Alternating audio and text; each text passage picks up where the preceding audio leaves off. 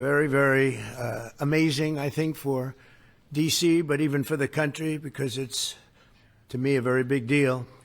I'd like to thank NFL Commissioner Roger Goodell, Washington Commanders owner Josh Harris, and Washington, D.C. Mayor Muriel Bowser, Secretary Scott Turner, Secretary Doug Burgum, and I see Howard Lutnick is here too, Commerce, and some others that if I could see past the press, I'd name you, but I can't. I'm pleased to reveal that the 2027 NFL Draft, that's a big thing, will be held right here in our nation's capital, Washington, D.C., on the National Mall, and you get a little glimpse of it.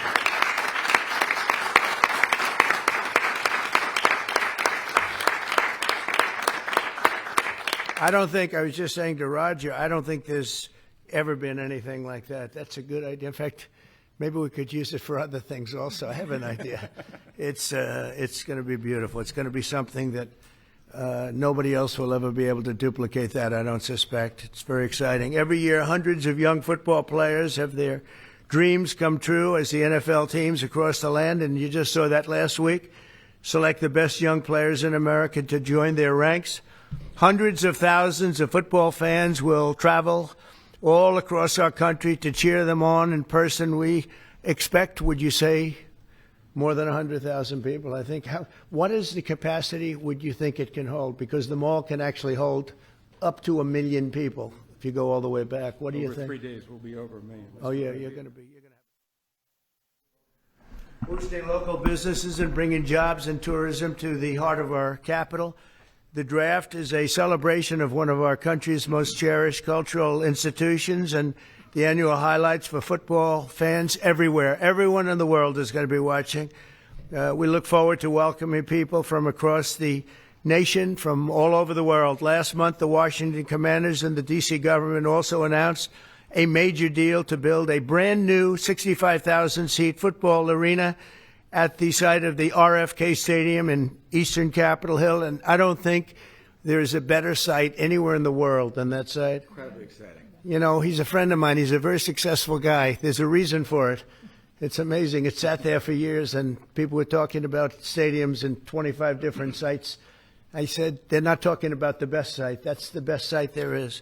Bringing professional football back into the district from Maryland. And not only are these announcements great for the NFL, but they also advance the mission of making Washington, D.C.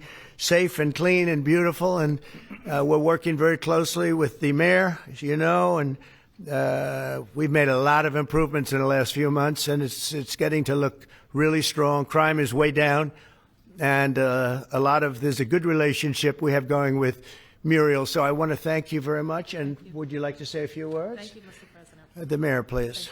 Thank you. Thank you. Well, sorry. Well, greetings. I'm Muriel Bowser. I'm the mayor of the best city in the world and also the sports capital. And we are delighted to be here with the Washington Commanders, the NFL, and the president to talk about this very exciting announcement for Washington, D.C. We believe in investing in sports because they have helped us transform neighborhoods, and the NFL bringing this event to the nation's capital will help us fill hotel rooms, our restaurants, and Americans from all 50 states will come to their nation's capital and enjoy our beautiful city and museum. So we're just delighted to be here, and we want to thank everybody for all the hard work to get here. Thanks, Mayor. Thank you.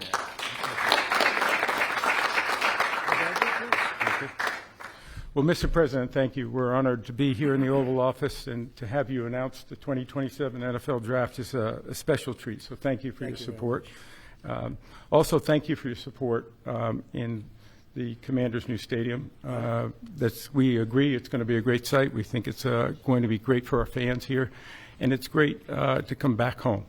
And so we're very excited about that. Josh is leading the way on our behalf, and the mayor, so we thank both of them for that.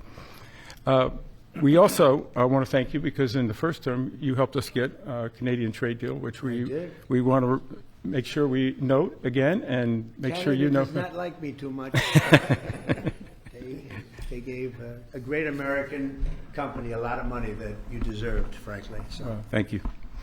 The draft has really become one of the great entertainment and sports events. Just a week ago in Green Bay, we had over 600,000 people attend. The year before in Detroit, we had close to 800,000. As the president remarked, we believe we'll be well over 1 million when we come here to D.C. in 2027. So we not only believe it's a great site, we believe it's consistent with what the president said, which is investing in our communities, investing specifically here in the nation's capital, one that I grew up here in Washington, D.C., and is particularly important. We think we can have a tremendous impact on this community, and it will not just be an event, it will be something that will show the world how far the nation's capital has come and where it's going. So we're very excited about that. And we thank everybody here. We thank you for your support. We know it's going to be a great event. And Mr. President, we thank you again. Thank you very much. You're welcome. Good luck with it. Yes, thank you very much. Thank you. Mr. President, thank you very much. We wouldn't be here without you. Thank you for your leadership in terms of the stadium, and now, what a great day for Washington. I mean, to host the NFL draft in 2027 on the Mall. I believe we'll get over 1 million people, and it's going to be an amazing day, and it'll showcase what Washington's all about, but it'll also showcase what our country's all about. Washington is the gateway city to our country, and it'll be an amazing day, and we can't wait to get started. And I couldn't have done it without my partners, Roger Goodell, thank you, and Mayor Muriel Bowser. And we're ready to get to work, and I can't imagine RFK coming back. I grew up here. D.C. used to stop and on Sundays, and everyone would be inside watching football, or everyone would be glued at the stadium. And so we want to bring that back. And football really is as essential to the culture of America. We all love it. We all watch it, and it brings people together. And so what a great way to celebrate the United States of America, the NFL, and the Washington Commanders. And President Trump, we leave on your desk a Trump jersey. You are the ultimate commander, so it is a Commander's jersey. There's no bird on it, but we appreciate you, and thank you for everything you've done, and look forward to the future. Thank you very much. Thank you. And I have to say that Josh had a very good draft a short while ago. You have a very good quarterback. You do. A great quarterback, I think. Yeah, great. Excited. Any questions, please, about the stadium or any of it? Yeah, please. Yes. Thank you, Thank you very much. Yes, thank you so much. About the draft, and I would like to upcome an event that it was already mentioned here, the World Cup. Although United States, the passion here is football. For the World Cup next year, how do you envision, Mr. President, this event here in the United States? It'd be fantastic. I worked very hard to get the World Cup.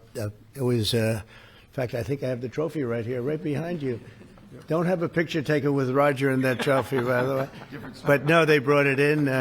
Johnny, who's a good guy, but he brought that in. That's the actual trophy. It's interesting that you asked that. And it's made at Tiffany's, and they're leaving it here until just before the actual World Cup. Then it goes to the champion. But that's very exciting. We have the Olympics. So we have both of them. I worked very hard in getting both, and I said, I'm not going to be able to be there as president. And then a strange thing happened, and it turned out I became president not for the term that I was supposed to be. I became president where we have the Olympics and the World Cup, and we have something that maybe surpasses everything, the 250th anniversary of our country. So that's going to be great. That's going to be a very big event, a year-long event. So thank you for the question. Very nice question. Yeah, please. Yes. So you've often said you want U.S. to be bigger, better, and stronger. Currently, Russia is the biggest country in the world by landmass, followed by Canada and then China. So when you say that you want to annex Canada, is it so that it would be the biggest country in the world? No, I never even thought of it that way, although I am a real estate developer at heart. I've never heard that question. Yeah, please go ahead. Mr. President, will you have to hire more security and police in order to accommodate the 1 million people coming in for the NFL draft? I think that there'll be something, and I know Roger will work it out, and Josh and all of us will work it out. It's such an honor to have that. I think it'll be great for everybody, great for our country. It'll be something very special. There's no scene like it. There's no site like it. My whole life was based on sites, locations, and as soon as I looked at that rendering, it's going to be beautiful. It's going to really be beautiful. You know, interestingly, I didn't know exactly where it's sat relative to the Capitol, but the stadium, if you go back, is right behind the Capitol, miles behind, but nevertheless visually right behind it. So it's going to be an architect's dream, whoever the architect is chosen, and the owner. It's going to be something special. I think it's going to be great for the area. Going to be it will be top of the line. I know these people very well, and they only know about top of the line. And I would say that more will be put into the stadium than would be put into a identical stadium of a similar size. I think they're going to do a special, because of the importance of the location. I have no doubt they'll do a special job. Yeah, please. Can you explain a little bit about how you would implement tariffs on the film industry, kind of how that would work? Well, that's a different story, but our film industry has been decimated by other countries taking them out, and also by incompetence, like in Los Angeles. The governor is a grossly incompetent man. He's just allowed it to be taken away from, Hollywood. Hollywood doesn't do very much of that business. They have the nice sign and everything's good, but they don't do very much. A lot of it's been taken to other countries, and a big proportion. And I'm actually going to meet with some because, there's some advantages, I guess, and I'm not looking to hurt the industry. I want to help the industry. But they're given financing by other countries. They're given a lot of things. And the industry was decimated. If you look at how little is done in this country now, you think we were the ones. We used to do 100, not long ago, 100%. Now we do almost like very little. It's shocking. Are you in that business too? Because he's in so many businesses. You could explain it, but it's not a good situation. So we're going to meet with the industry. I want to make sure they're happy with it because we're all about jobs. That's all what it's very important. It's a big industry, but it's an industry now that's it's really left. It's abandoned the USA where it started, and we'll get it back. Yeah, please. Thanks, Mr. President. First, I just want to thank you for letting us in here. I'm with Zero Hedge, and the last administration banned us on social media, so we're really grateful to be in the White House. And this is not exactly sports related, but I've been dying to ask you this question for a long time, which is that 2.5 years ago, the Nord Stream pipeline blew up. Yeah. And despite what people like John Brennan and all the hawks said, you were one person who said Russia probably did not blow up its own pipeline. If you can believe, they said Russia blew it up, yeah. And so I'm wondering, now that you're president, if you would consider launching a formal investigation into what happened there and who actually did blow it up. Well, probably if I asked certain people, I'd be able to tell you without having to waste a lot of money on an investigation. But I think a lot of people know who blew it up. But I was the one that blew it up originally because I wouldn't let it be built. And then when Biden got in, he allowed it to be built. And it's very interesting. But I think Russia, with the price of oil right now, oil's gone down. I think we're in a good position to settle. They want to settle. Ukraine wants to settle. If I weren't president, nobody would be settling. They're losing 5,000 people a day. Think of it. Here we talk about football. They're losing 5,000 people on average a week, mostly Russian soldiers and Ukrainian soldiers, 5,000 a week, not including people that are, killed as missiles go into areas that they shouldn't be. It's a very terrible thing, and I think we've come a long way, and it could be something will happen, but hopefully it will. As you know, President Putin just announced a 3-day ceasefire, which doesn't sound like much, but it's a lot if you knew where we started from, because they were not. We had a president that for 3 years didn't speak to Putin, and it all shouldn't have happened. This is a war that should have never happened. And you're going to be very disappointed when you find out the real number of people that were killed. It's far greater, many times greater, I believe, but far greater than the numbers that you're putting out. It's a very, very deadly, horrible war. Okay? Yes, ma'am. Thank you, Mr. President.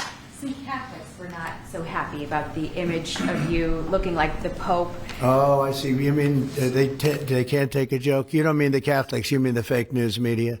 Not the Catholics loved it. I had nothing to do with it. Somebody made up a picture of me dressed like the Pope, and they put it out on the internet. That's not me that did it. I have no idea where it came from. Maybe it was AI, but I know nothing about it. I just saw it last evening. Actually, my wife thought it was cute. She said, "Isn't that nice?" My question about Actually, I would not be able to be married, though. That would be a lot. I'd have to the best of my knowledge, popes aren't big on getting married, are they? Not that we know of. No. I think it's the fake news media that, they're fakers. My question, though, sir, was about the fact that it was put out on the White House account. Even though it was AI generated, it was a joke, it was a meme. Does it at all diminish the substance of the official White House account to have it go out on that particular channel? Give me a break. It was just somebody did it in fun. It's fine. Have to have a little fun, don't you? Yeah, please, go ahead. Tell me about the program that's just been introduced to give undocumented immigrants living in the United States About me? $1,000 to self-deport. Can you just tell us a little bit? Oh, the new program, The new program. We have millions of people that have come into this country illegally through an administration that didn't know what they were doing. They didn't have a clue. And now we find out officially they didn't because the president was incompetent, but I could have told you that before.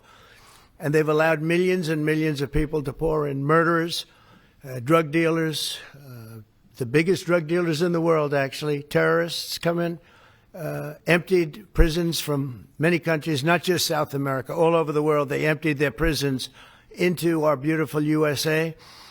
And to get that many people out, 21 million people we think the real number is, but let's say 3 million of them are serious criminals. 11,888 murderers, many of whom murdered more than one person. It's hard to believe we have to even talk about this when we're talking about something so beautiful, but it's something we have to talk about having to do with the country because it's very important. So they came in by the millions illegally into our country. They just flowed in through an open border policy that was insane. And what we've done is we've offered, you know the numbers, but because we're taking them out by the thousands, we're being obstructed. It's very unfair what's happening because the court system it's very unfair. We have to get them out fast. These are bad people. These are people that are killing, and they've already killed many people in this country. Illegal immigrants that came in illegally through an open border policy, which is insane. We talk about common sense. That's not common sense. And they came in from the Congo, all over Africa, all over Asia, all over South America, parts of Europe. They flowed in and just walked right into our country. We had no idea who they were. 21 million at least. That's probably a low number. You hear lower numbers than that. It's not. That's a low number. But many are really serious criminals and terrorists and people from jails. They emptied out jails. Venezuela, their crime is down 72% because they took all the criminals off the streets and the gangs and they dumped them into our country. So we're getting them out. It's a very difficult thing with the courts because the courts have all of a sudden, out of nowhere, they said, maybe you have to have trials. We're going to have 5 million trials. Doesn't work. You wouldn't have a country left. But hopefully the Supreme Court will save it. But what they've done is a very, very serious thing. Past presidents took out hundreds of thousands of people when needed. You look at Eisenhower, you look at many of them, and they took people out and they didn't go through any of this. But what we thought we'd do is a self-deport, where we're going to pay each one a certain amount of money, and we're going to get them a beautiful flight back to where they came from, and they have a period of time. And if they make it, we're going to work with them so that maybe someday, with a little work, they can come back in if they're good people, if they're the kind of people that we want in our company, industrious people that could love our country. And if they're not, they won't. But it will give them a path to becoming, to coming back into the country. If they miss that limit, they're going to be taken out of our country. And they will never get a path to come back in. And it'll be a much tougher process.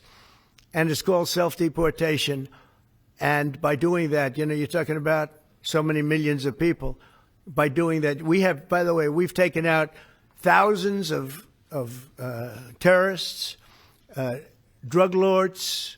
What we've done is amazing. And as you Tom Homan and Christy Noem have done an incredible job. They really have done an incredible job. But it's a hard job. So we're going to have a self-deportation where they deport themselves out of our country. And we'll work with them, and we're going to try, and if we think they're good, if they have, the people we want in our country, they're going to come back into our country. We'll give them a little easier route. But if they don't work, and if we take them out after the date, then they're never coming back, and that's the least of the problems that they're going to have. Yeah, please. What's your expectation for your meeting with the Canadian Prime Minister tomorrow? I don't know. He's coming to see me. I'm not sure what he wants to see me about, but I guess he wants to make a deal. Everybody does. They all want to make a deal because we have something that they all want. We have something that they all want. China wants to make a deal very badly. You see what's happening to China. China's being decimated, and I don't want that to happen. But they have to make a fair deal. We were losing hundreds of billions of dollars a year. We were losing think of it, on our trade policies with Biden. We're losing $5 billion a day. I think Josh, as a great businessman, would not let that happen too long, right? How many groups could lose $5 billion a day? If you lose $5 billion one day, that's the end of that company, right? You're fired. He says, you're fired. Get out of here. So we essentially did that, and we have it down to a very low number. We're doing really well, really well. Yeah. How did you decide to reopen Alcatraz? Can you walk us through that decision? Did I say what? To reopen Alcatraz. How will you use it? How did you come up with the idea? Well, I guess I was supposed to be a movie maker. We started with the movie making, and we'll end. I mean, it represents something very strong, very powerful in terms of law and order. Our country needs law and order. Alcatraz is, I would say, the ultimate, right? Alcatraz, Sing Sing and Alcatraz, the movies. But it's right now a museum, believe it or not. A lot of people go there. It housed the most violent criminals in the world, and nobody ever escaped. One person almost got there, but they, as you know the story, they found his clothing rather badly ripped up, and it was a lot of shark bites, a lot of problems. Nobody's ever escaped from Alcatraz, and just represented something strong having to do with law and order. We need law and order in this country. And so we're going to look at it. Some of the people up here are going to be working very hard on that. And we had a little conversation. I think it's going to be very interesting. We'll see if we can bring it back in large form, add a lot. But I think it represents something. Right now it's a big hulk that's sitting there rusting and rotting. You look at it, it's sort of, you saw that picture that was put out. It's sort of amazing. But it sort of represents something that's both horrible and beautiful and strong and miserable, weak. It's got a lot of qualities that are interesting, and I think they make a point. Okay, are you guys okay? I want to just say that it's such an honor to be up here with my friends, because this is a group of people that have done an amazing job, and all we can do, Muriel and I, is give them the greatest sight there is, I think, that I've ever seen for something like this. And I did very well in the real estate business. I think this is the greatest site there is anywhere in the world for exactly what you guys are doing. And we'll work with you. We've got a lot of work to do to get it going, but we'll work with you, and we'll try and make the dream come true. And I want to thank you all very much for being here. Thank you. Thank you very much.